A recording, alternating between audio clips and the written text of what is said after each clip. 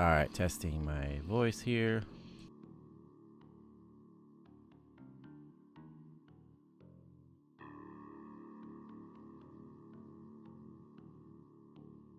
Steven has made it.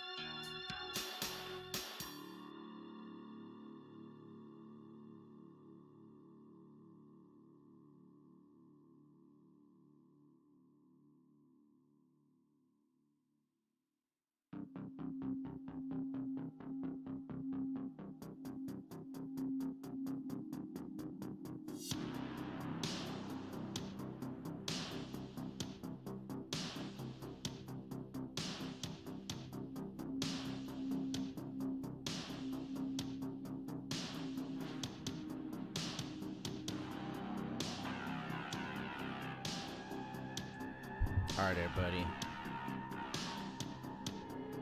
Welcome, welcome.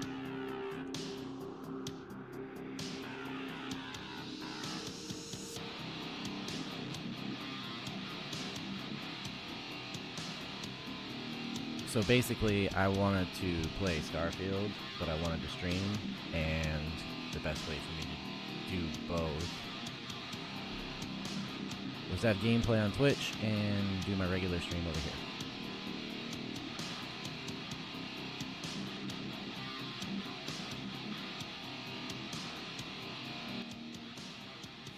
Whatever sound issues I was having before seemed to have resolved themselves, apparently when I restarted my computer.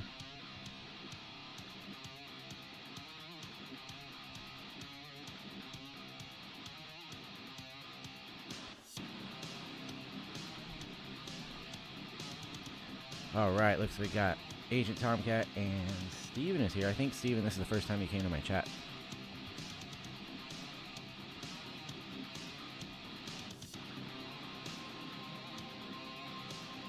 And anybody watching on Twitch is literally just watching the camera rotate around the character at the moment, so. Kind of dangerous, actually.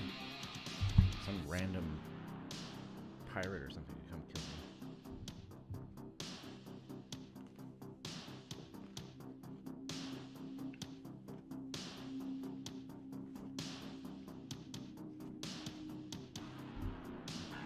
And Greg is here.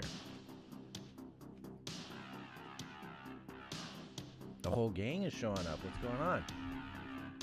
It's quite weird. It's a weeknight.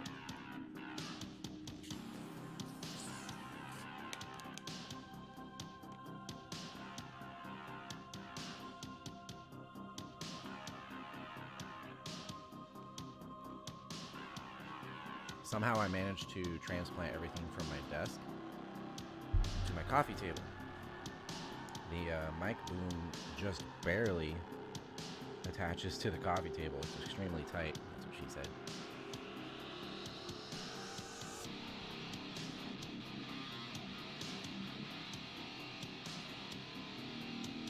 Steve and I are trying to be naughty in my chat. I don't know where you think you are, sir.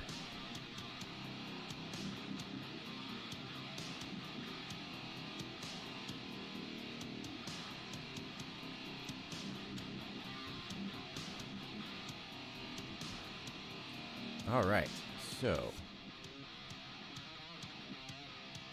things have been a little bit inconsistent lately just because I was in the middle of changing jobs. That's the wrong window capture. Where's my...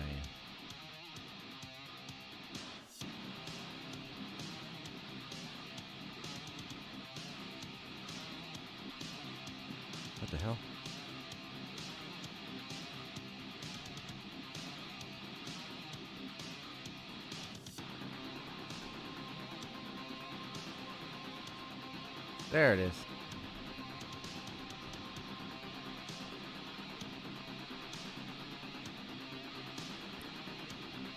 See, I was doing pretty good there for a couple months, I feel like. And then I got a little unhappy with the job situation. I think I talked about it on the last stream a little bit.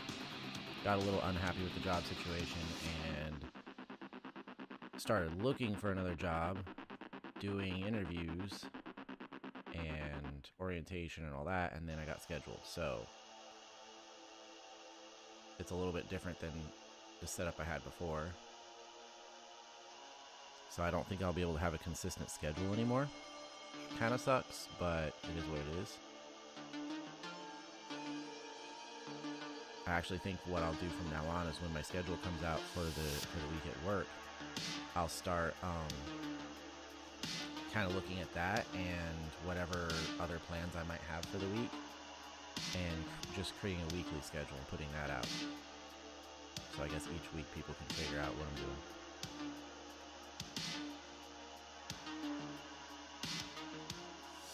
Alright, let's figure out what was I doing.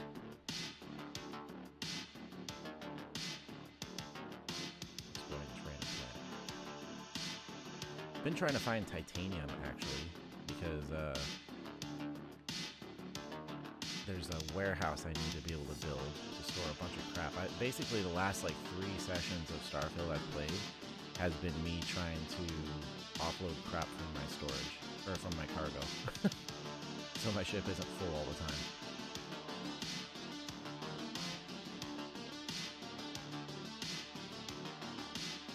And I finally started getting some progress there, and then ran out of titanium, and it's been really hard to find a planet that has any.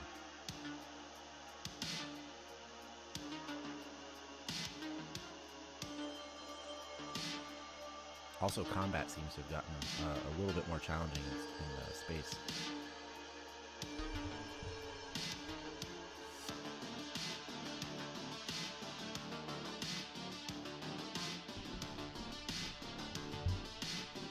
So anyways, what are y'all up to?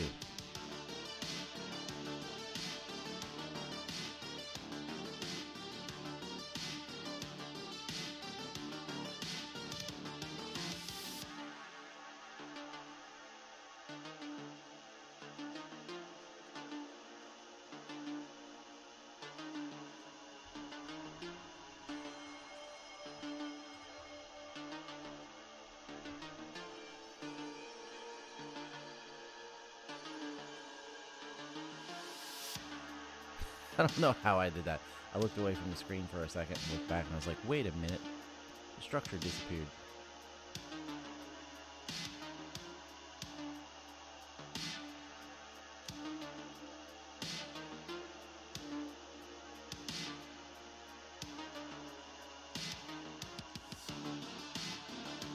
League of Legends. This guy.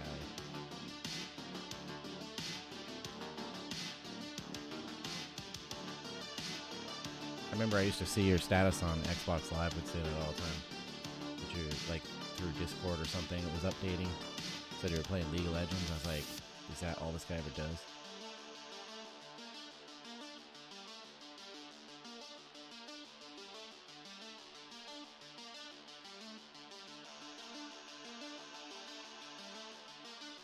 He's just like lounging there or something. I don't know what's going on.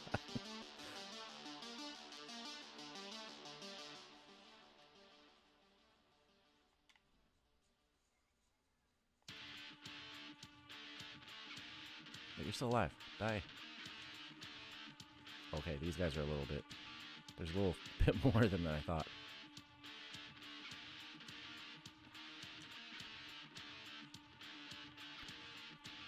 So, Greg, have you had a chance to check out any of Starfield yet?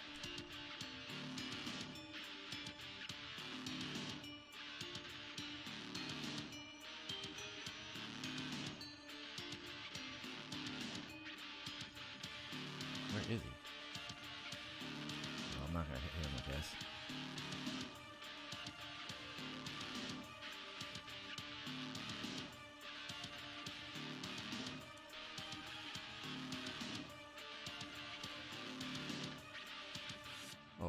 I should use a health.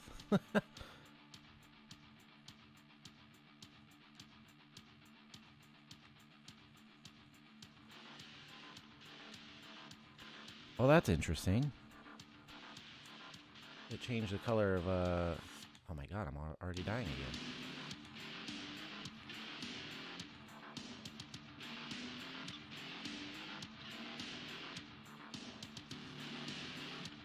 It changed the color of your, name. That's weird.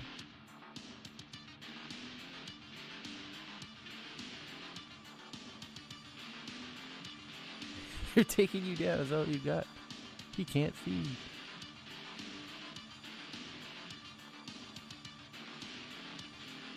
Wait, where's...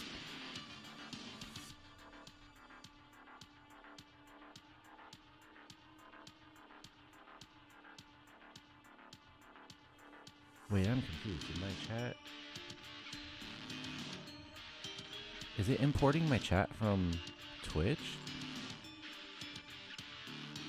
How is it doing that?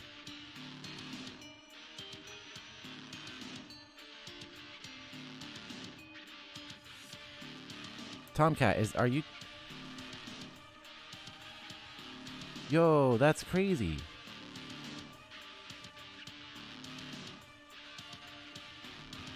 I think I have Streamlabs hooked up to my Twitch, but I didn't know it would do that. So yeah, the chat that you're seeing on screen is a combination of YouTube and Twitch.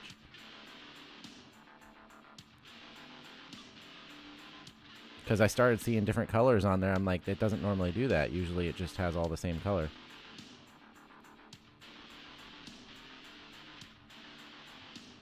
And then I looked over at my YouTube chat and I'm like, where are the messages? What's going on?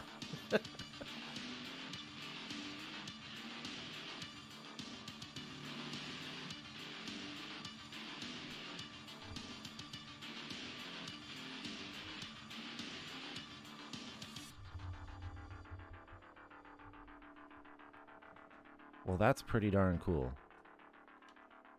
So y'all can watch me on Twitch and get in the chat. I don't have any voiceover on Twitch. I don't actually... I think I probably could do that through the Twitch website, but that would mean having that open and running. Respiration is Steven.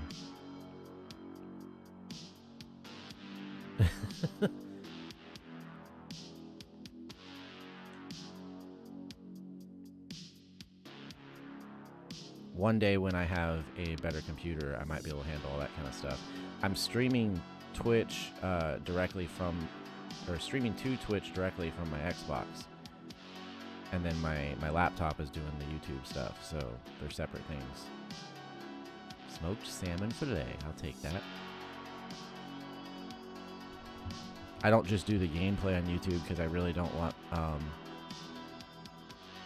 I kind of decided a while back I really don't want YouTube to be like a video game thing. More of like a commentary and... I mean like nerd culture stuff, but not like gameplay and all that. And then I'll just have Twitch as like a separate thing. If I ever want to play a game, it's going to be there. Oh, there we go.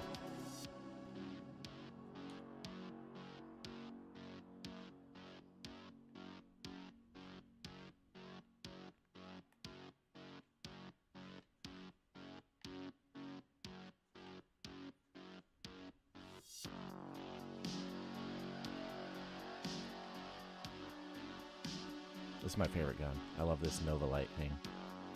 Oh, stop flying away.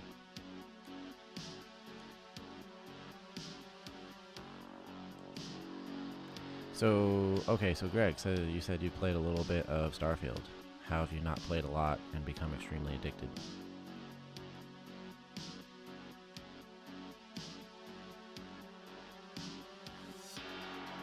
Because I literally, I go to work, or I go to the gym, or I go do anything else, and all I can think of is like, oh man, I can't wait to get done at the gym so I can go play Starfield. I can't wait to wake up tomorrow so I can go to work so I can go home and play Starfield.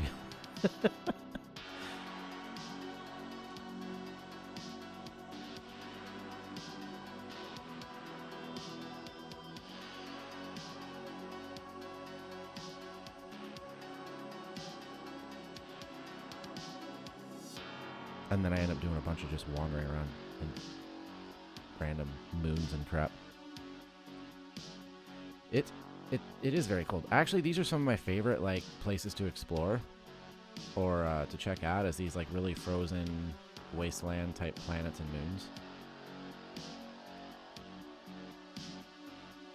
They feel very Europa. Okay, I don't think there's anything left outside. Just time to go in. This is a deserted biotics lab, so this should be interesting. It's the first one of these I've gone to. So while we're here, I did find a few interesting articles. I like to just grab some of these, and I don't really proofread them or anything. Pre-read, whatever you want to call it. I just go, oh, that sounds interesting, and that way I can kind of react to it on stream. But I think recently I talked about the Star Trek movie.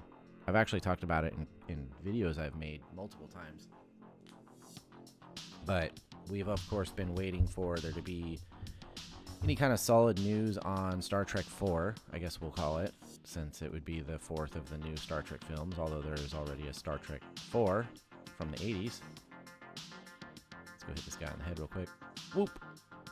And watch him float away. Give me that. So, we all know there's like this this kind of annoying writer strike thing going on, which, you know, I don't think a lot of people have a whole lot of sympathy. Actually, writers and actors, now that I think about it. Hollywood hasn't made a whole lot of good stuff lately that's not involving Tom Cruise. So I don't think there's a lot of people that care a whole lot about it. Like, we're not missing much from them. But it has put some projects on hold. In the case of some of them, like possibly Star Trek 4, that could actually be a good thing, because it was kind of in development hell. And so maybe while they're sitting here sorting this stuff out, they can kind of get their priorities straight and figure out what they want to do with the movie. But apparently, at least according to somebody involved with it, I think I know who it is, but Star Trek movie reboot, I don't know why they're calling it a reboot, reportedly a top priority for Paramount after the strike ends. Paramount is prioritizing a Star Trek movie reboot. Oh, wait, this is new. Okay, so yeah, this is why I don't read these ahead of time, so I can kind of react to it as it goes. They're following the end of the WGA writer's strike, with previous Star Trek 4 plans stuck in development hell. Now, see, I just read...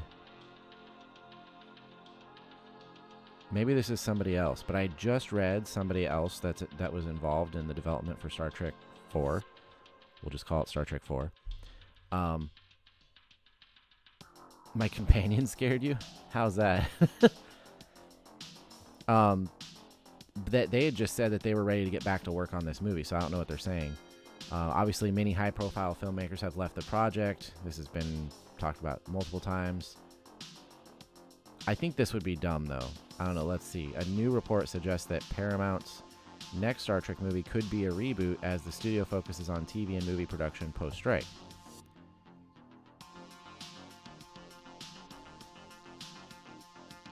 So yeah, several people that were, you know, supposed to direct or produce it, they've kind of walked away from it. And then, of course, Paramount yanked Star Trek 4 from its planned December 20... So originally, like as of a couple years ago, this movie was supposed to come out this December, which obviously that's not happening. I mean, already completed movies that were supposed to come out this year, like Dune 2, have already been pushed into next year. So, and Star Trek never even really got off the ground to start production. He's dead. Oh, she's scary because she was cloaked? Is that why?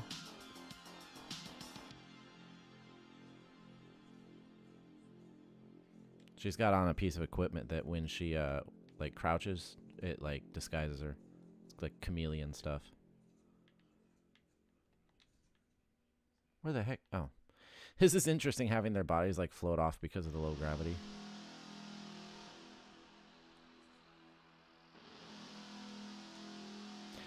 So, yeah, that didn't happen, obviously. But I had read something that basically implied it could be, you know, going back into production after all this. But A new report from Variety about studios ramping up TV and movie production post-strike indicates that Paramount's next Star Trek movie may actually be a reboot. Quote says, several big movie projects could see pre-production resume quickly. Paramount is hoping to have writers fine-tuning scripts for its planned reboot of Star Trek and its adaptation of Tom Clancy's Rainbow Six. I think they're pulling a lot from that because people throw this stupid word reboot around a little too much. Like, for instance, people will call this current Star Trek film series a reboot series, and it didn't reboot anything. I mean, it's literally directly attached to the prime Star Trek universe and explains why it exists. It didn't reboot anything. So I think that might just be a misuse of the term reboot, and of course people who write about things not knowing anything about anything, because that's normal. Because the last article I read was actually from somebody that's been involved in this production, and they had said that they're basically ready to get to work on the next Star Trek film as soon as they can. And this report, I would see this as more backing that up, and Paramount basically saying, all right, when all this crap finishes up, we want to get to work on a Star Trek film. You know, I don't think it's going to be a reboot. First of all, that would be kind of a waste of what already exists that they could return to, like a, hey, Epic, how you doing, man? Or, excuse me, hello, Epic Legend. But I think it would be like a waste of the fact that this is already a known factor. Like, people know this crew, this cast, and it already had 3 films out there. People, either went and saw it or have seen it on Blu-ray or streaming or whatever. So I think it would kind of waste that recognition. I'm doing pretty good. My streaming schedule's been kind of messed up. I don't know if you've noticed, but I started a new job, so there's going to be some changing going on with scheduling streams and stuff like that. But I'm trying to stick to it still. I'm actually also streaming Starfield gameplay over on Twitch, so I'm going to be here doing like the regular stream stuff, kind of part time, and then part time over here playing Starfield. Basically, I didn't want to stop playing Starfield, so I was like, you know what? I'll just do both. We'll make it work somehow.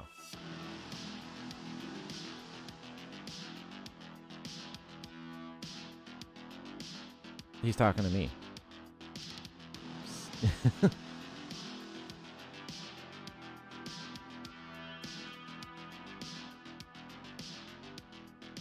What? Somebody already opened this and took the med kit.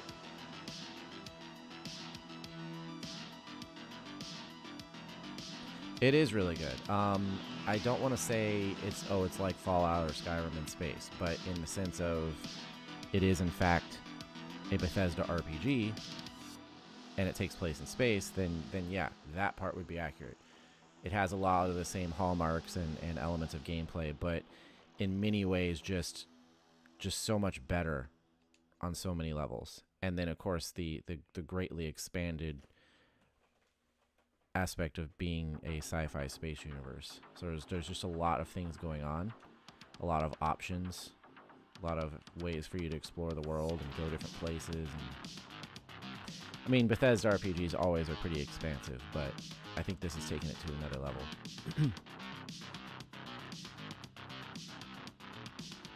And if you and like obviously you could play it as like a third-person game, so third-person RPG, whatever, and you can play it in first-person.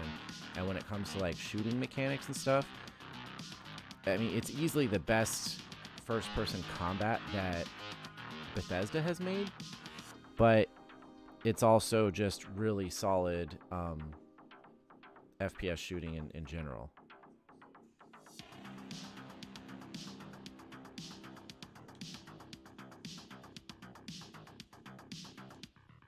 Yeah, Skyrim was huge. It crashed PS3, but Skyrim crashed everything, at least console-wise. I think it probably even crashed some PCs because it was Bethesda. You know that in Skyrim, the for whatever reason, the way the engine was set up, they couldn't even delete like ragdoll bodies from the game. Like if you didn't reset it, like they stored in like a cavern underneath the map. So it was pretty easy for it to end up like filling your cache and then crashing the game.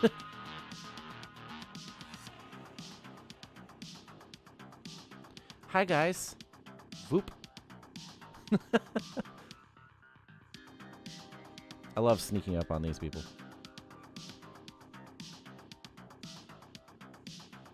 There we go. Look at the bodies just like drifting off. I love that. Yeah, and that's the thing is in these games you always have that perspective change, you know. But I prefer to play like as an RPG. I like to play it in third person. Like when I'm running around planets or colonies or whatever, I switch to third person. But oh, that's kind of cool.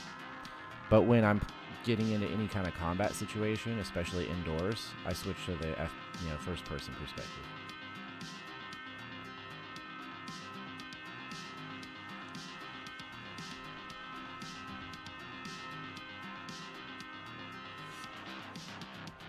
But yeah, just to kind of finish up talking about the Star Trek situation, I think it's one of those things that I'll talk about it whenever there's stuff like this that comes up. But until there's something like solid that comes along, like, and I know Abrams did actually a couple years ago. He said, "Oh yeah, we're making this next movie," and he's kind of the boss of the whole situation. But until something legitimately real like comes along, I just say expect that it's not happening. Unfortunately, which I actually do think is sad. But I think that's the only thing you can count on is it's probably not happening until you see cameras rolling up and Chris Pine putting on a uniform and getting out there. It's not real.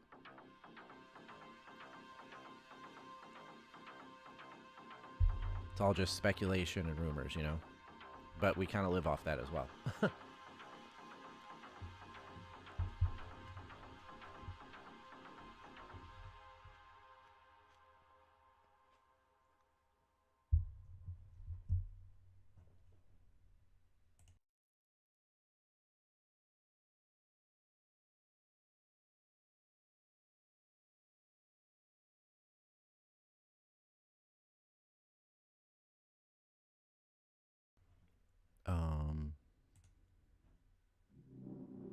Oh, there it is. I was like, where'd the music go?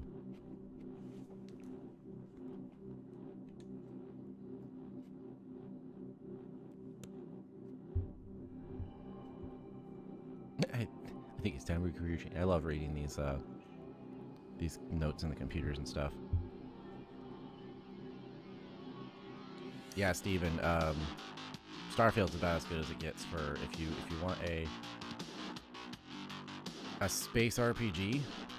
Like, I think the last time we had anything even remotely this good was the original Mass Effect trilogy. And even that was, in some aspects, more linear. Which is fine. I'm not one of those people that's like anti-linear games or whatever. That's like always been a big thing. Not every game has to be open world, sandbox stuff. But for some of these space RPGs, that's kind of just like what you expect. You expect to be able to go different places and explore new worlds and kind of choose your career path and all that. So this has done that better than I've ever seen anything.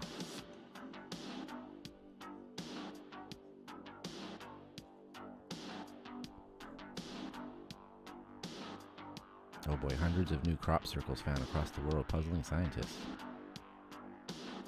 Love it.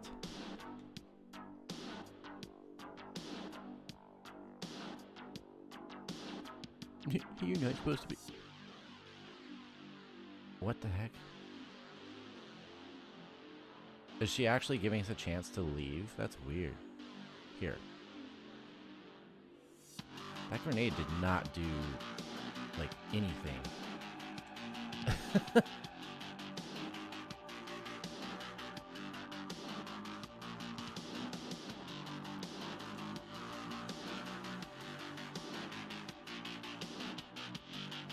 Oh no, I ran out of notepad.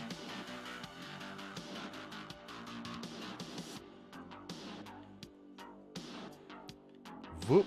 There went the body straight to the ceiling. That's crazy.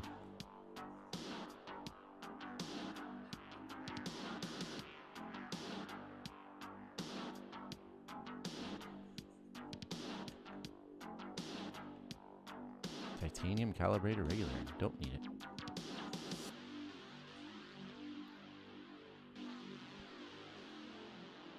I actually really like this chick as a companion. She's a little more fun and interesting than Sarah was. Like, I progressed Sarah's character all the way to, you know, getting married and stuff, and then immediately swapped over to Andreja.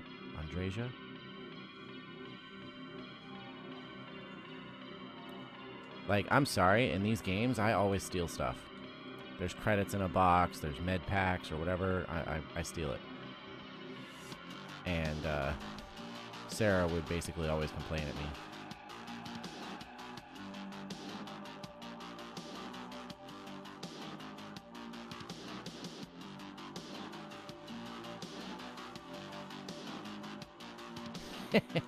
Yeah, see, like, the combat in this game is actually pretty solid. Like, I can run over here and without feeling like there's any kind of let the bodies hit the ceiling. Without feeling like I'm held back in any way, I'm like, okay, I shot that guy a couple times. I'm going to run in the doorway, smack him in the head, because that'll stun him, and then get the last shot off to kill him. And it works, you know, just like I would expect it to in like a shooter or something.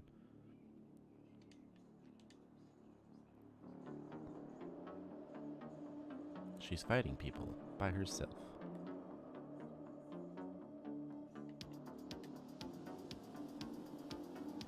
I love these low gravity environments. So fun.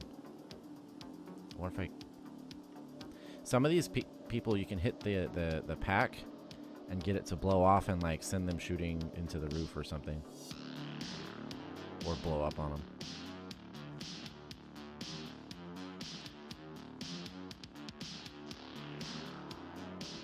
All right, I think we've cleared them out. So, hundreds of new crop circles around are found across the world of puzzling scientists. While the entire world has been transfixed by the idea that alien visitors could be coming to our planet in their high-tech UFOs, a group of scientists has been investigating fairy circles, a kind of close cousin to crop circles that have so often been attributed to alien activity. They were once thought fairly rare and only found in parts of South Africa and Western Australia. However, CNN reports that a team of researchers trained a neural network to identify vegetation patterns resembling fairy circles in hundreds of new locations across 15 countries on 3 continents. Okay, so yeah, maybe they should explain that. What are fairy circles? The term refers to disks of dirt that are clustered closely together in patterns across patches of barren land. Okay, but what's the difference between a fairy... Oh, okay. Yeah, that's a little different than the crop circles we all kind of know, where it's like pushed down, you know, wheat or corn or something in a field. That's interesting. So apparently they, this specific phenomenon was only in certain countries originally, but they did a little bit more research and found it was elsewhere.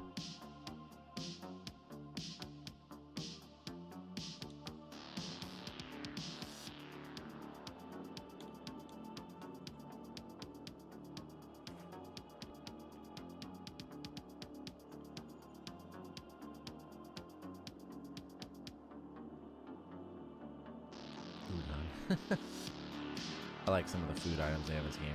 Really big variety of interesting stuff. I was collecting all these like sculptures, random sculptures and stuff, because I saw that it was like a thing, you know, people just collected random stuff. And then the plushies started making noise when I picked them up, so it became kind of addicting. It was like every time I find a plushie, I want to collect it now. Also, I think this game definitely has the best lock-picking mechanic of a Bethesda game. Okay, so not that one. So the way I do these, I like to solve the lower rings first. And then that way I kind of know which parts I have left, so that I don't like solve the upper rings, get to the bottom, and I'm like, oh, I gotta backtrack. So I'll go, okay, this part here with these three, what would you call them? Anyways, this ring here for the lower ring, that part fits, and then I don't have something that would fit the other section, so that doesn't work. Unless maybe... Nope. So that one doesn't work there.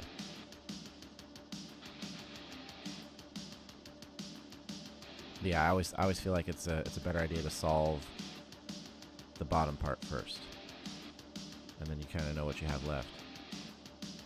This one's a little bit... I'm missing something here.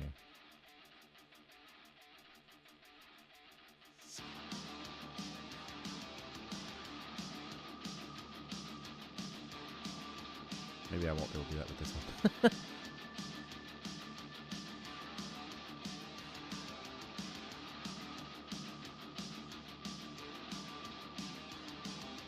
So yeah, my thought when it comes to some of these things, there's a lot of... Right, like it says here. Unfortunately, finding more of these fairy circle locations hasn't brought us much closer to learning more about what causes this strange phenomenon in the first place. It just helped them find a lot more. It says they use their AI to analyze over 575,000 plots of land from all over the world.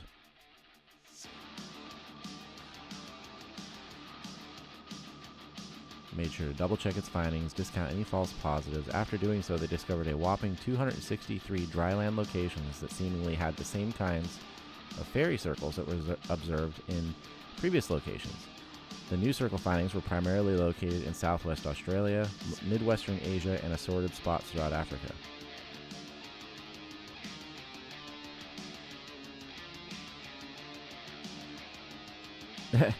The scientific community's best guesses as to fairy circle causes involve them being caused by climate conditions, and this is especially true in Australia, or being caused by termites.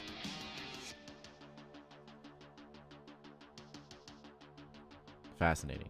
But it is kind of interesting that you would have these same phenomena across like multiple continents. You know, if you had like a certain creature or weather phenomenon in a certain area causing it, or being caused by fairies.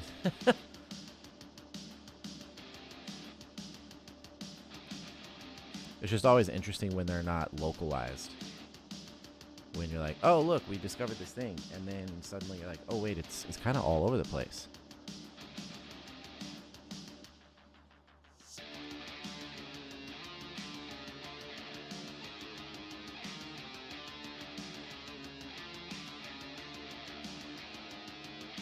I never knew what those dudes are. Oh my gosh.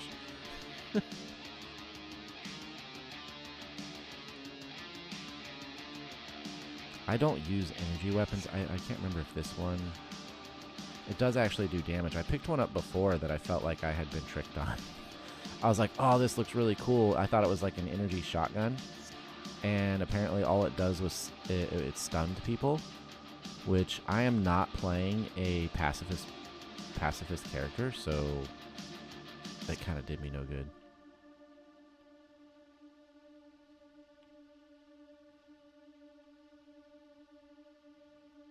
If for some reason I ever have a second playthrough, because this could take years, then I might do, I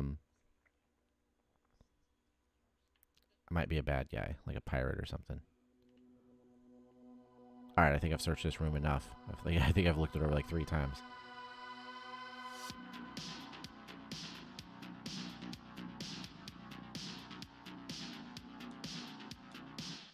I took the wrong thing. That's fine.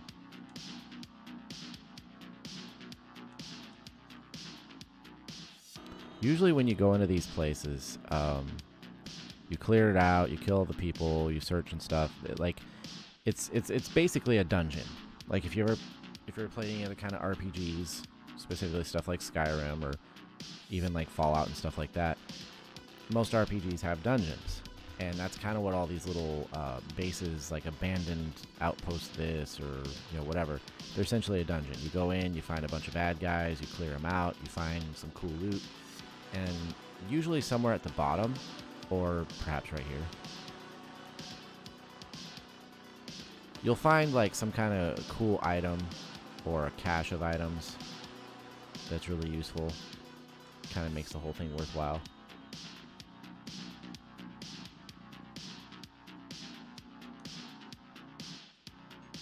I definitely did this one wrong.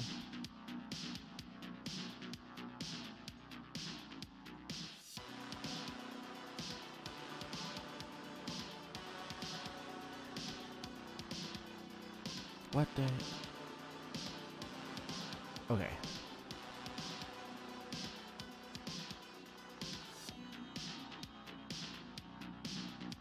See, this is why I say I'd like to solve the lower levels first. Because then I end up doing that. So that would go there, and then this would go here. See? The lower level, I solved it, right? So now I know that I have these for up here, and then this is set to just press A a couple times, and I'm in.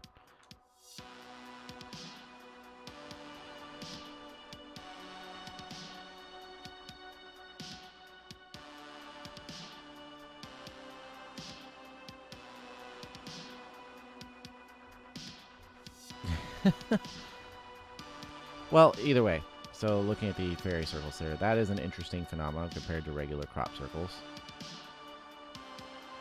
It is always strange to me that it's not simpler for them to figure out what causes some of these things, right? Like just go out to them and look around. Are there a bunch of termites digging or doing something that's causing this? Is the wind blowing kind of weird in the area? Like, it shouldn't be that hard. Go do some science.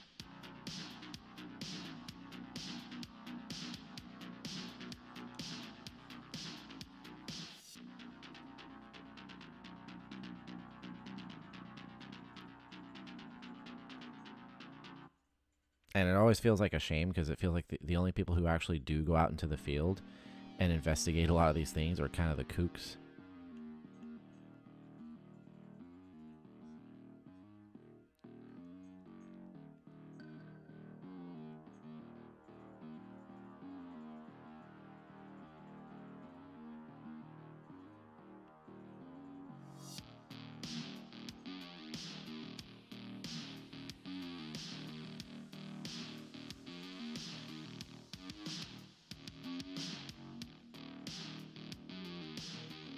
What the heck? This one is weird. So this one definitely doesn't go anywhere. Wait. Yeah, this one definitely doesn't go anywhere on the lower level. So let's put it here. Let's do that. And then realize we made a major mistake somehow.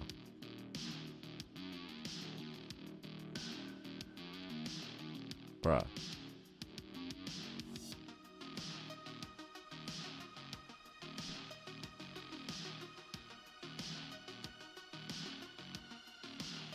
Yeah, this is...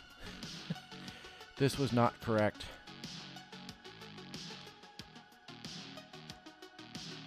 I hate it when I mess these things up.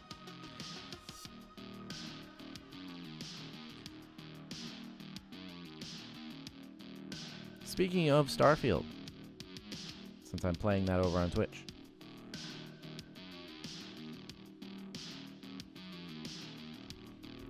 More than Skyrim or Fallout, Todd Howard says Starfield was intentionally made to be played for a long time, and Bethesda's looking 5+ years ahead. Alright, that was what I would expect, or I guess I would hope for as well. I mean, the original Skyrim, for 360, like vanilla version that I played, it took me over 300 hours, and I cleared everything. I completed every quest, every dungeon, and I've screwed this up again somehow. This is getting really annoying.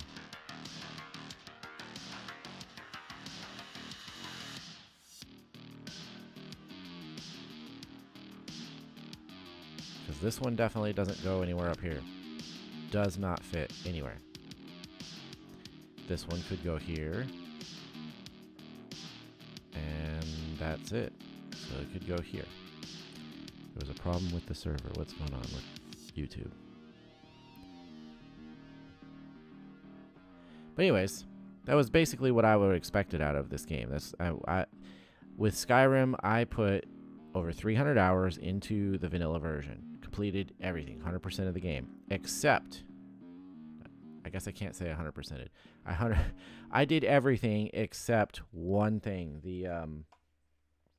I think they were the Companions Guild or something like that. Can't remember what they were called. I'm pretty sure it was Companions Guild. That was like the least interesting thing to me in Skyrim. So I saved it for last, right? The very first like introductory quest they give you was to go outside of Whiterun and intimidate this character.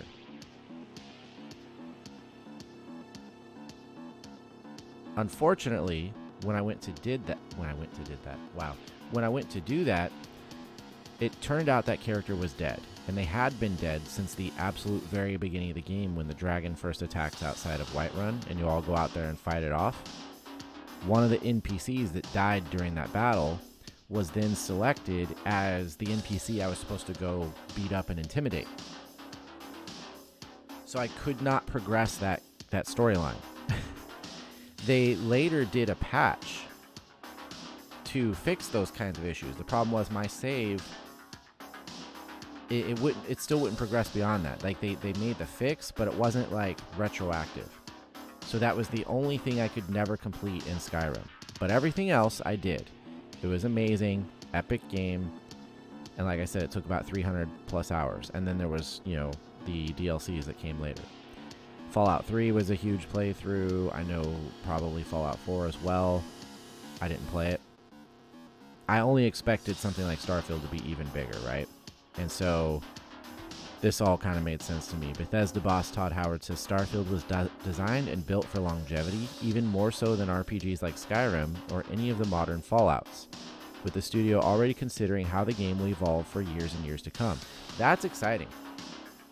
Because this game, I think I've already played like almost 80 hours in it or something like that.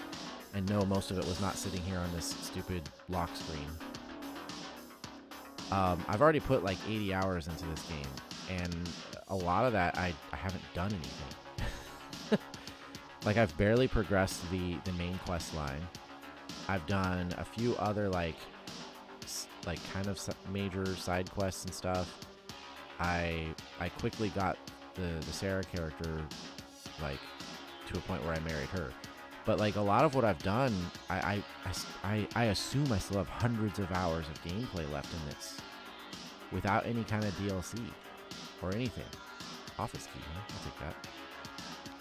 So I have no doubt that this is going to be a game that people are going to be playing for years, just because it's already so expansive, and you can spend so much time just doing other stuff, like not just running through and completing the main campaign and storyline. Which is awesome, because that's what I want out of a huge space epic RPG. But they're apparently already looking to evolve the game and grow it. In a Game Maker's Notebook interview with Insomniac Games' Ted Price, Howard weighs in on the discussion about the ever-escalating scale of games, which was amplified by Baldur's Gate 3 launching back-to-back with Starfield. Price asks if games really are getting too big and wonders who's driving this need for more complexity. I think it starts with the developers, Howard responds. It has to, right? I think it starts with technology. You're seeing new hardware, you're wanting to use it in new ways. You're looking at demos going, we could do this, we could do this, we could present it in this way. The scale of games, I think, I'd have to go back and look. How big were things before? The one thing I have noticed is, because more games are played for a long time, they're live. The ability to update them over time creates games that people are playing right now that have been around for a long time, gotten years and years and years of updates, and that creates an expectation. When am I going into something new? When I'm going into something new, how does this compare with a mature game that I've been playing for a while? Howard describes the scale of Starfield as irresponsible. I like that. Partly owing to... I really wish these pages didn't start videos. Partly owing to its setting, the team was always trying to fill it, given how much space is in space. And to the surprise of no one, just as he's done for the past several years, he also revisits Skyrim. Even a game like Skyrim, which if you look at it at launch was still a really, really big game, if you look at it today with add-ons and mods, it's a much bigger game. It's still a game that's played 12 years later in large numbers for us. I think if you look at your audience, they get used to a game and usually want to plus one it. They want to add X, Y, Z, and the developers we usually do as well. And I also think that depends on the games, too. Not every game has to be the biggest game ever with the most options and most expansive universe and all that kind of stuff. Like, that's not a requirement of every single game. Insomniac games, the guy, Ted Price, that he was talking to, their games aren't like that, and they're big hits. Everybody loves them. They're on PlayStation. Soul Symphony Orchestra featuring conductor. That's pretty cool. Wait a minute. Featuring conductor William Johns? Like John Williams? That's cool. Anyways. But in this specific case, you're talking about Bethesda RPGs. That is exactly what they make. They don't make anything else. They make Elder Scrolls, they make Fallout, and now they make Starfield.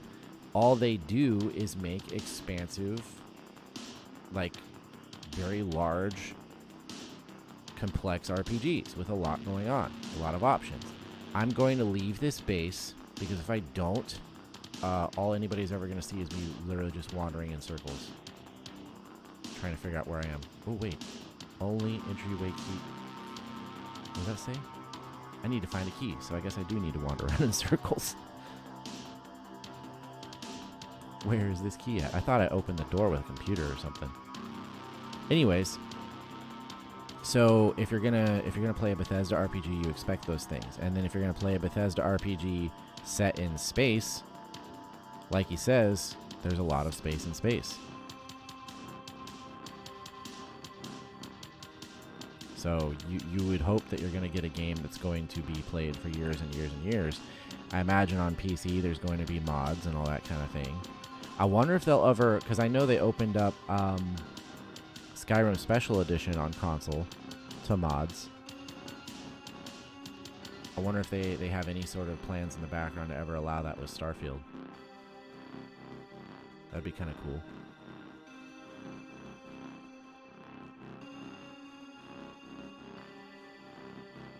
Because I think there's already mods that make the game basically look like Star Trek and stuff like that. Oh, there's an upper floor. Oh, that leads out. I want to open this door down here, though. Did I miss something somewhere? I checked this room.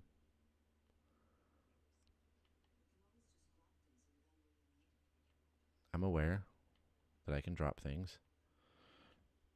I must be getting close to my... Yep.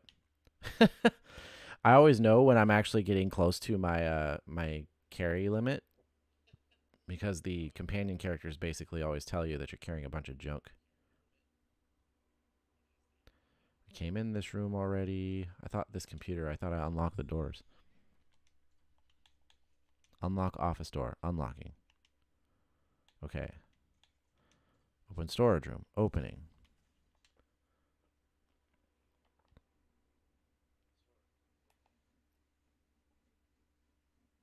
Oh, I came up here already. Alright, so...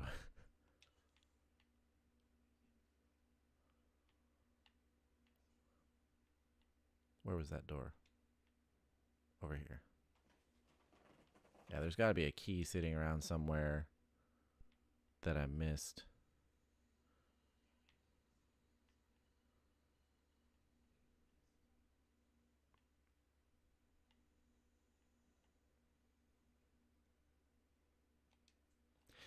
Entryway key. I don't know where that is.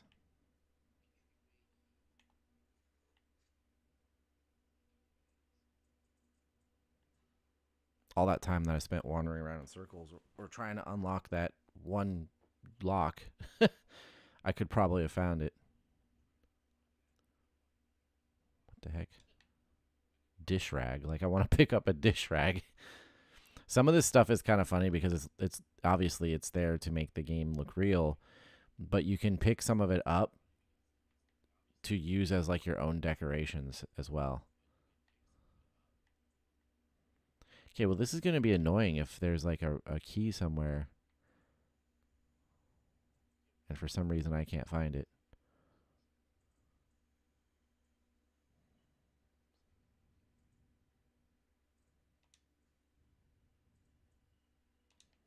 Chunks chicken.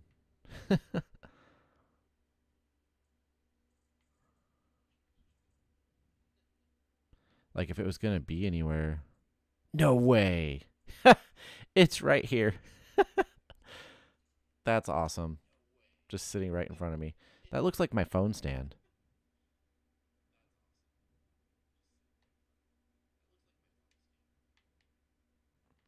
Well, now we can go through the door. Oh, it was right there. Wow. Any more bad guys?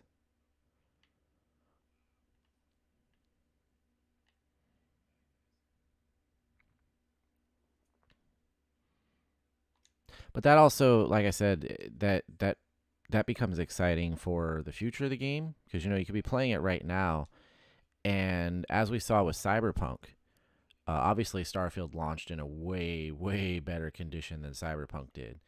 But for me at least, I was playing it on Series X from launch day. It was very playable, and it definitely felt like there was some things missing that I wish had been there.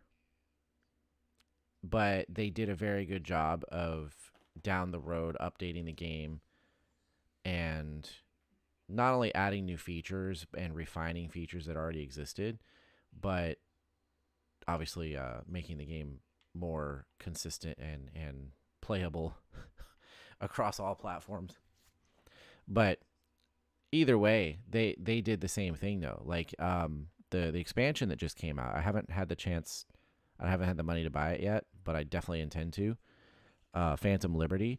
Supposedly that makes some pretty big changes to the game, like fundamental changes in how it's set up and how you play it. And I'm kind of excited for that. So I intend to do like a whole new playthrough of the game once I get the expansion. They actually suggested that. But Starfield having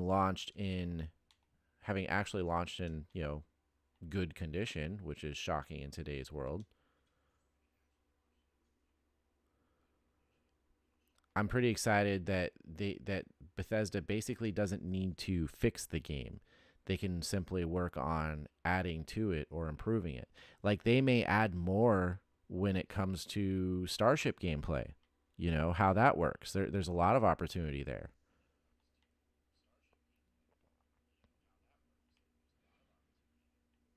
And I don't know. The possibilities are kind of endless. It's a very big universe. It's a very big game with already a lot of features and things to do. And if they intend to go 5+ years down the road, continue adding content and possibly features and stuff, then I think this game's going to do really, really well long term. Even in its current state, even if they didn't add anything to the game and left it as is, this game would still be one of the best I've ever played.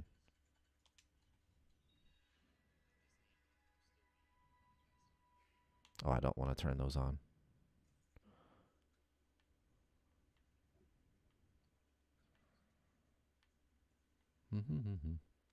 I may have found everything that can be found in here.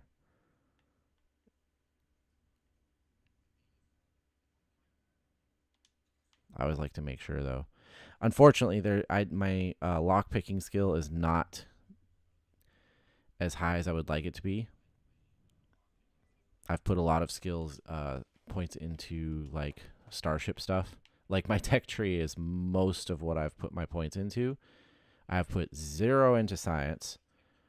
In combat, I've completely leveled up pistols and nothing else. Social, I think I've done like one level of commerce and one of persuasion. And then I've done a little bit in the physical stuff, mostly to increase like carrying capacity and just to give like basic stealth. So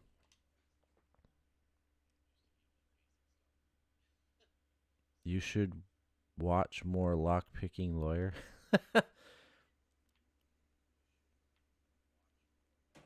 Yeah, well, his system of lockpicking is just a little bit different than this, but it is a good channel. I like his stuff. I just haven't watched him in a long time. Oh, there's a second level up here. Wait, what? Was this where I was earlier?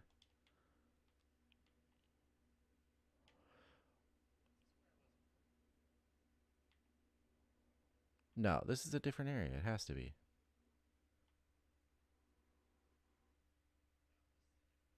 Uh-oh.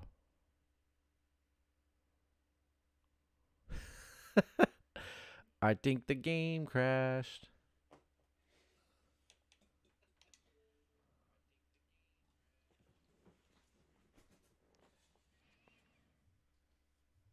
Let's see where my last save. It was probably after I lockpicked something, because it usually saves somewhere around there.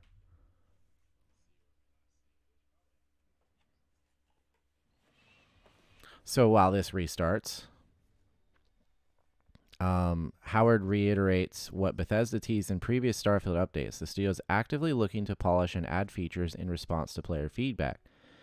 But even compared to Skyrim's legendarily long tail, Howard says Bethesda is in it for the long haul with Starfield, both with updates and mod support. This is a game, and it's intentionally made to be played for a long time, he affirms. Autosave. Let's see where that is. One of the things we've learned from our previous games, from Skyrim, from Fallout, is that people want to play them for a very long time. So Starfield, I would say, was the most intentional going into it, that this is a game people are going to play for a long time. How do we build it such? How do we build it such that it is allowing that in a way that feels natural? And if people have played the game and finished the main quest, you can see that. But it's also one where, okay, what does Starfield look like in 3 months? You know, sometimes I wish, sorry, just to pause this, editors can fix this. They literally wrote what he said in the flow of conversation. They don't have to put verbatim what he said. It's like poor editing, in my opinion, poor writing and editing, because this is how somebody is speaking in the flow of conversation. They're going to have these pauses. They're going to slightly change track. Oh God, where did it save? If there's enemies in here,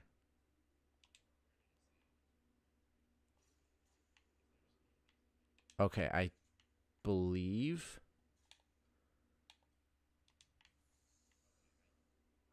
Oh my goodness.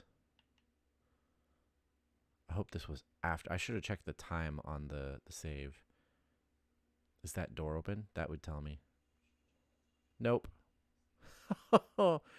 Whoopsie.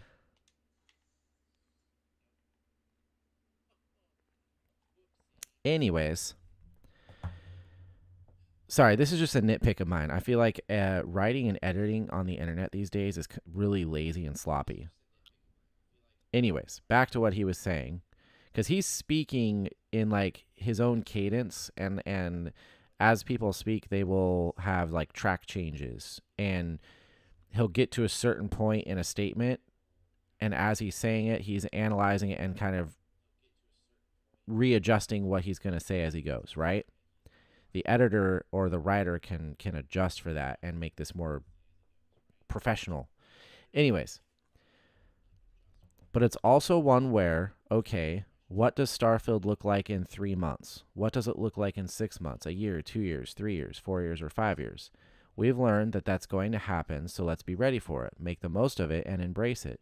That's both what we do here and with our modding community.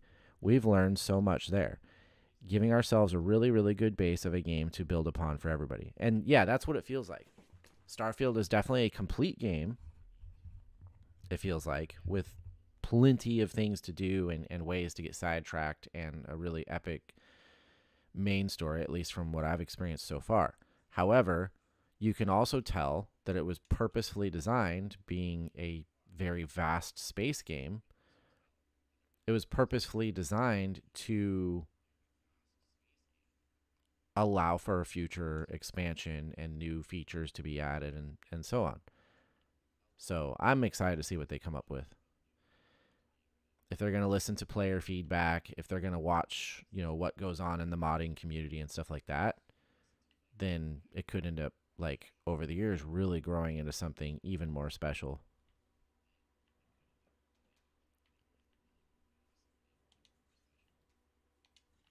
Not just fix it so it doesn't crash on me while I'm streaming. What?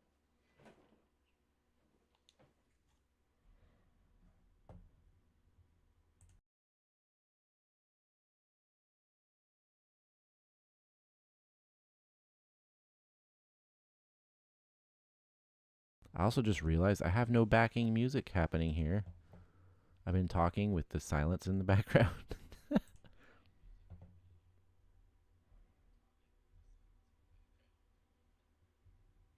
Let's go to this one. This one's good.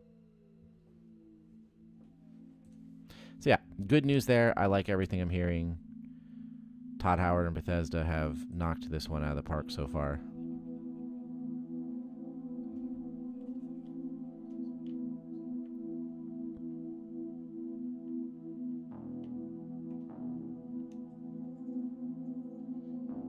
I already hacked this lock. I don't want to do it again.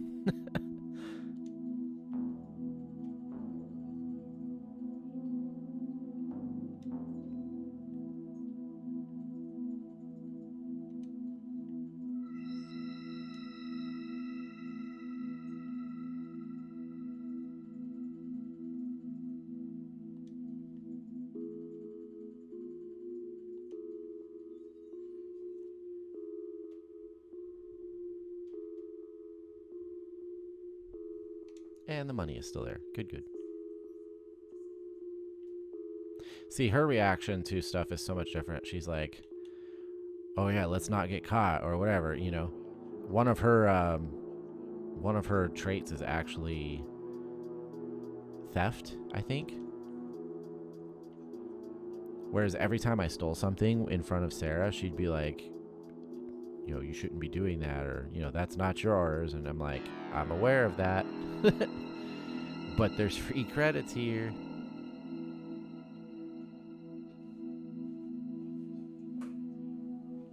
Alright, I think we're good with this place.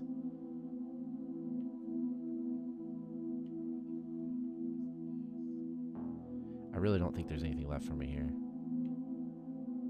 Yeah, this is like the way we came in.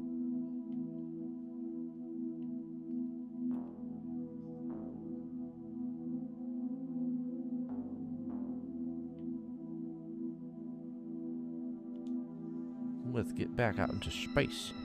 Speaking of space, we may have just found evidence of a cosmic string, a crease in space.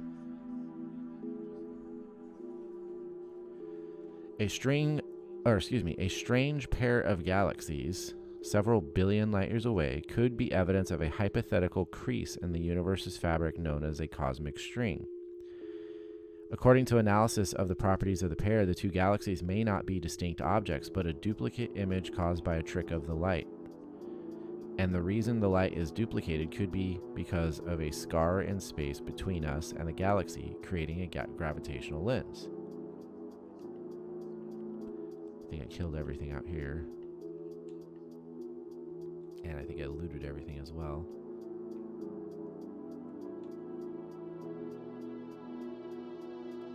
Yeah, should be good. Oh, there's more stuff over here, though.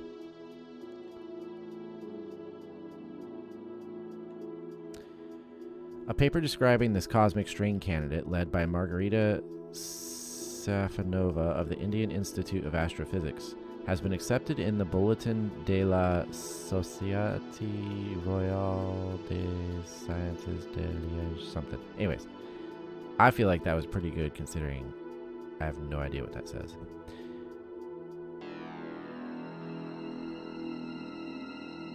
Yeah, shut the F up, Sarah. Sorry, I just saw that, Steven. Yeah, I liked her, and she was very good for, like, combat and stuff. But... And, like, she's a good character and all that, don't get me wrong. But I'm sorry, like I said earlier, when I play a Bethesda RPG, or really any RPG...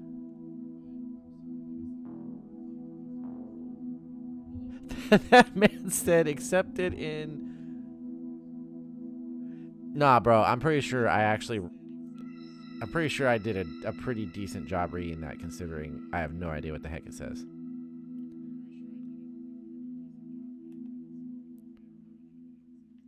But, anyways, Sarah's a good character. I liked her, but she would be a little bit... It was kind of obnoxious in a silly way. Because whenever I play an RPG, I'm sorry, if there's credits in a container or med kits or, you know, potions or whatever it is, depending on the game, I always steal that crap. I don't care.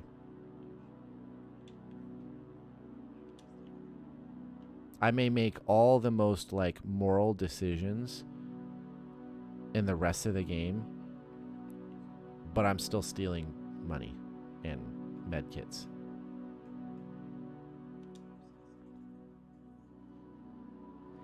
Right, I know. Yeah, I know it says Bulletin of the Royal Society of League of Science, but I was trying to read it in native tongue there. So, something like that.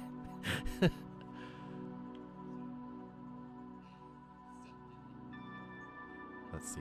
This one would go here. See how this one... Nope. Nope. Nope. Alright, so that's definitely not going out here anywhere. That one could go there. And then this one... Yeah, let's do that. I like the fact that they stay where you placed each individual one.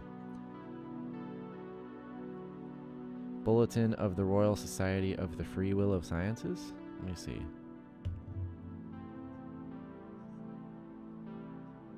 Bulletin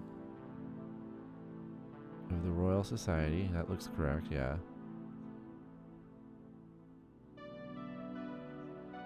That could be it.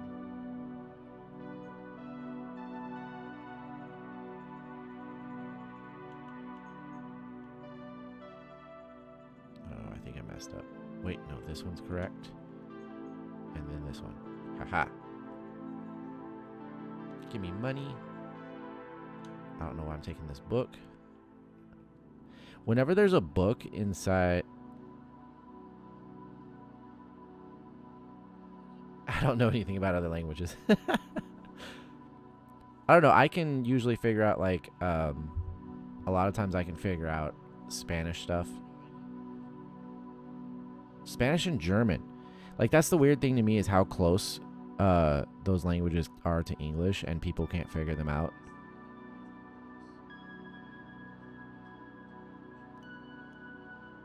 Like, not like the direct words, but a lot of the structure, like the way things are arranged in the language. A lot of times I can see stuff in German or Spanish, and I'll like have I can figure out a general idea of what it means in English. Bruh. I think I know what you're saying there. So cosmic strings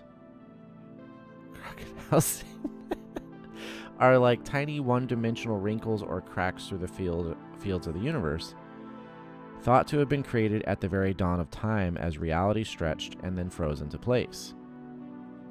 And they're saying these two blurry blobs could be evidence of cosmic strings. These theoretical topological defects are estimated to be no wider than a proton, may extend the entire breadth of the universe, and are thought to be incredibly dense and massive. Theory suggests that they may very well be real, but we haven't seen much physical evidence of them. I didn't say I know German. I said that a lot of times I can look at the structure of like statements in German and Spanish, and I can get a general idea of what it is they're supposed to mean. I don't know any other languages. The most I ever actually studied another language was actually Japanese, and for a brief period I actually did know a lot about how it worked. But the moment you stop studying something like that, or using it if you've already studied it, then you begin to lose it pretty quickly.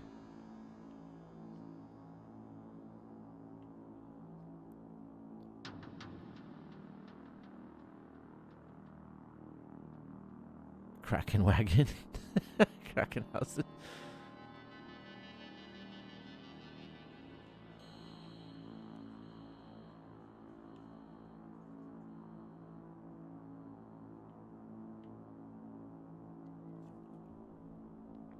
It's a really awesome concept, though. I love this kind of science. I have issues with a lot of things about like the expansion of the universe and the Big Bang, and it's not even like a religious thing. I mean, it's not a religious thing at all. Like, it's just I look at a lot of the science. She's over here making a mess as she runs. That's funny. I look at a lot of the quote unquote science that's used in studying these things, and you just go, this is very incomplete. This is very incomplete. This is very assumptive. That's not a word. But you make a lot of assumptions based on your theories and disregard anything that typically disregard anything that questions those theories. Conspiracy theories. What's this guy doing?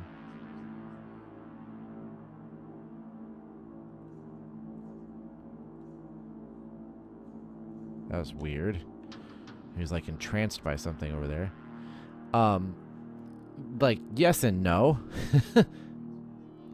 All a conspiracy theory, like all a conspiracy is where something, where more than, I think it's 3 people or more have essentially conspired.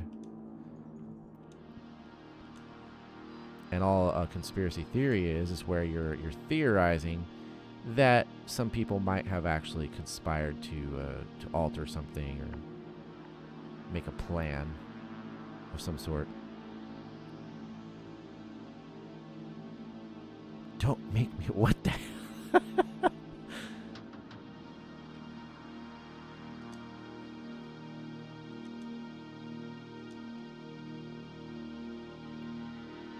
But for me, it's when it comes to the space stuff and the space sciences and all that, it's not really like that I think there's a conspiracy. I just think academia gets in the way a lot of times. I mean, think back to when it was first suggested that the sun didn't revolve, that the universe didn't revolve around the earth, and these people would literally be like crucified for heresy. This stuff has been going on since the beginning of time. There will be like an established academia, and when someone questions that in some way because it threatens their view of the universe, then there's consequences for it. So, especially in today's world where so much science or scientific groups, they have to be funded somehow. I like how there's just like one random dude standing in each of these places.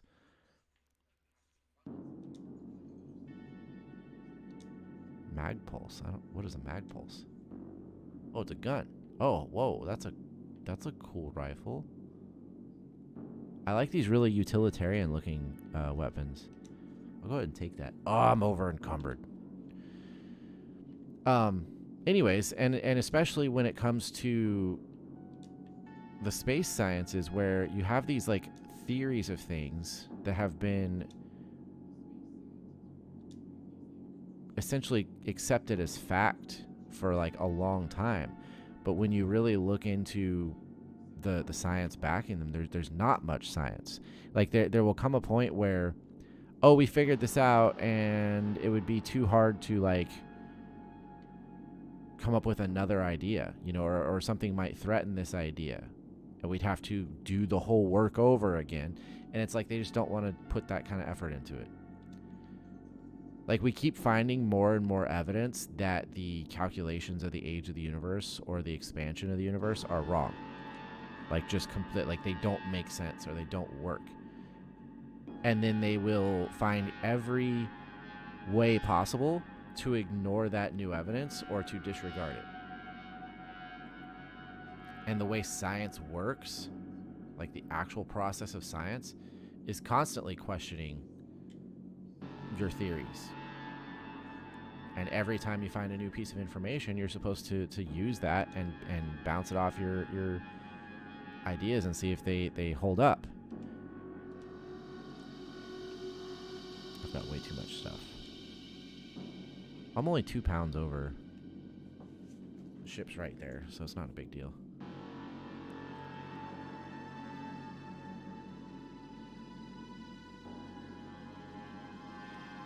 Spent a lot of time at this stupid outpost.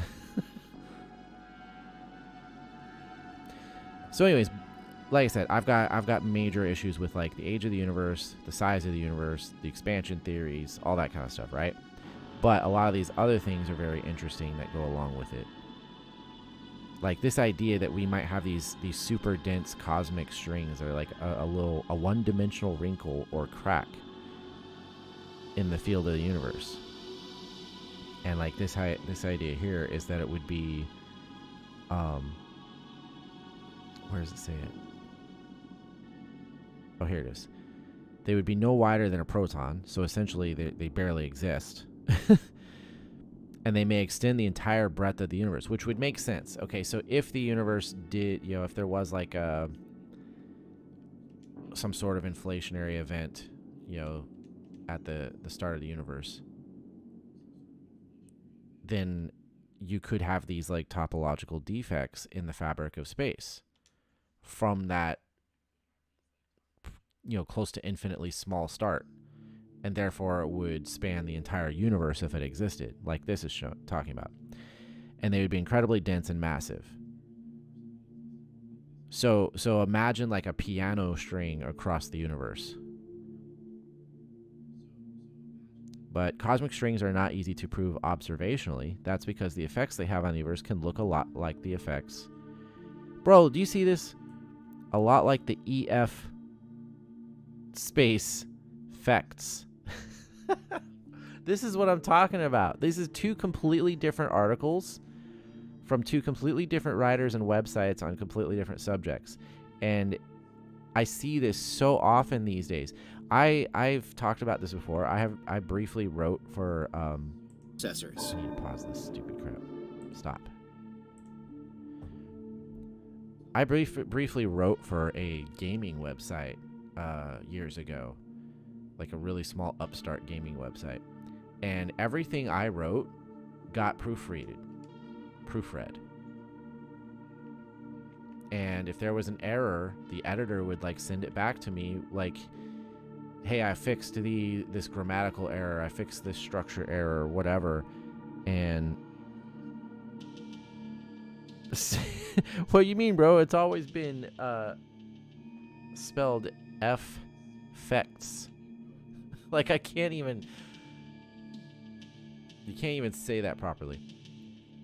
Anyways, but they would always do it, and to me it would be because I focused on English in school, so I'm already pretty skilled at doing that, but I still had a editor that would send stuff back to me.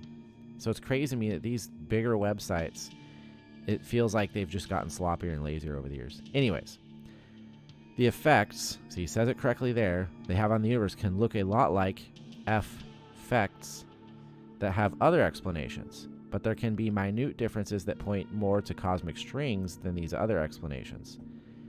Safonova and her colleagues have identified not just one, but several in a cosmic string candidate named CSC-1, identified in the cosmic microwave background, the leftover radiation from the birth of the universe. However, they focused their paper on the strongest cosmic string signature. Why is this video playing again? A galaxy pair named... it could just be a normal pair of galaxies. Another explanation when we see galaxies very close together and looking similar is that they are duplicate images produced by gravitational. That's what it looked like to me. I'm sorry. I have an appreciation for these technical names, but not on stream. Bro, stop unpausing. This makes me hate your website, by the way. This is when spacetime curves around foreground mass, like the curvature introduced by a weight on a trampoline. Light traveling from a more distant object through that spacetime follows a curved path, resulting in observational distortions, magnifications, and duplications. Usually we can see the foreground mass that is creating the lensing effect, such as a galaxy or cluster of galaxies. And the light of the background object is usually distorted, and there is a time delay between duplicate images. The absence of these properties could mean that we are looking at two galaxies, not a single lensed galaxy. Or it could suggest the presence of cosmic strings.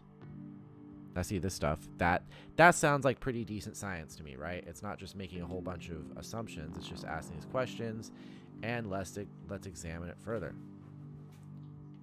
I need to go back to my ship. I feel like... Where's my ship? Why does it want me to go all the way over there?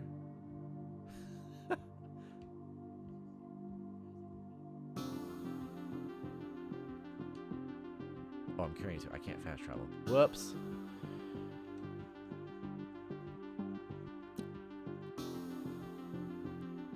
There doesn't appear to be an obvious foreground mass in front of nor is the light distorted. But Safonova and her colleagues from India and Russia conducted a detailed analysis of the light from both galaxies. Both had almost identical spectra. That is, the light coming from each galaxy was neatly twinned in the other. They are also more or less the same size, the same distance, and the same shape, mirrored as you would expect to see in a gravitational lens duplication, and other galaxy pairs within that same field showed similar properties. I mean, that's a really awesome possibility when you think about it.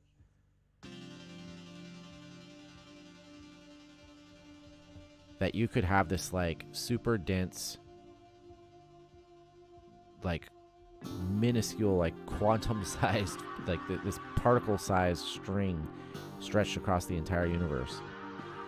And it's somehow causing this gravitational lensing because we just so happen to be looking at stuff that's nearby or like on the other side of it, you know, from us.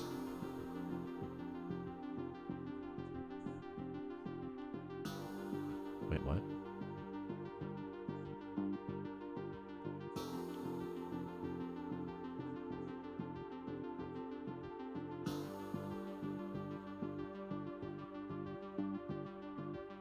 What? They finally had a different conversation. They've been having the same conversation over and over again for the longest time. I don't know if because I actually went and did a mission or something, if it changed it up. Most cosmic string models are based on straight strings. Safonova and her team calculated that the observed CSC-1 galaxy pairings could be duplicated by changing the orientation and possibly the bend of the string. Well, that only makes sense. Like, why would you model this based on straight strings? Like, you're talking about the fabric of the universe and crossing billions of light years.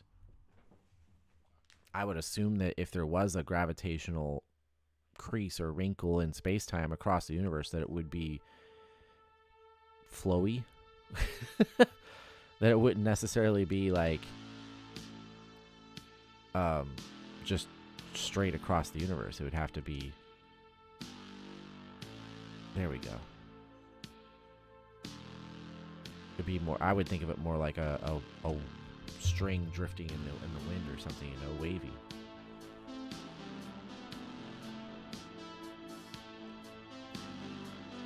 Our modeling of observational data in CSC1 shows that a large number of pairs can be explained by the complex geometry of the string.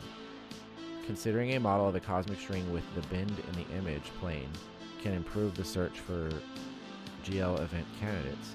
In particular, modeling of the AB galaxy pair has shown that the observed angle between the components of the pair can be explained if the string is strongly inclined to the line of sight and possibly bent in the image plane.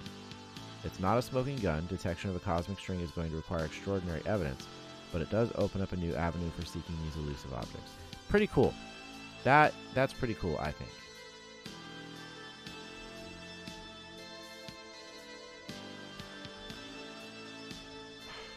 This video keeps playing and taking up my resources.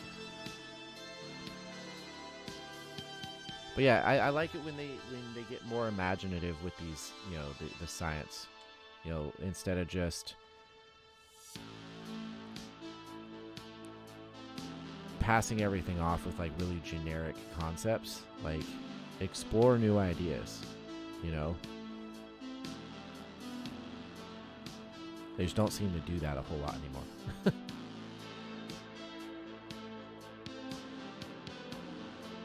Who we got over here? 3-star. Man, I've been getting into these space combat, like these engagements in space, and I've actually been getting my ass kicked. And I really like the space combat in this game. It's very well done. But speaking of them improving it potentially and adding new features and stuff, I really do think that there's also still, you know, some pretty good room for them to grow this game in many ways, but definitely grow like the space flight and combat aspects of it, the space exploration. Also, if they could get rid of that stupid rock that's attached to my ship, that'd be awesome. There's literally a little chunk of rock that is like floats off the bow of my ship somewhere. Let me see if I can find it. Oh, list colonists, huh?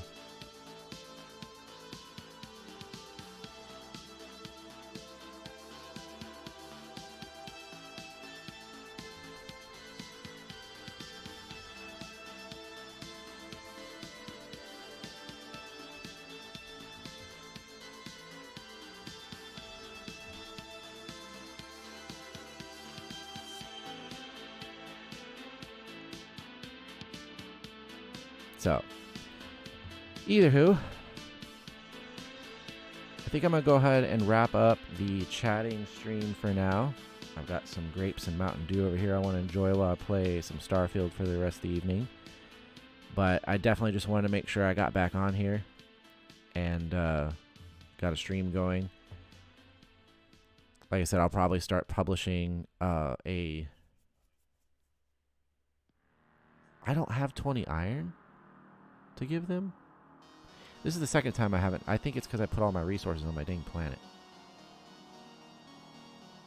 Anyways, I'll probably start publishing a stream schedule like each week when I get my work schedule, and then I pick certain days and I go, okay, those are days, you know, depending on what else I'm doing, that I'm definitely going to stream. So I think that's going to be the plan from now on.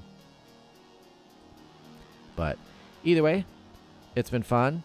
Glad to have had a couple people here to chill with, and Steven, it was nice of you to join. I may leave the Starfield stream up and just keep the gameplay going there, but I'm definitely going to shut off the chatting aspect and go chill. So I will see y'all next time.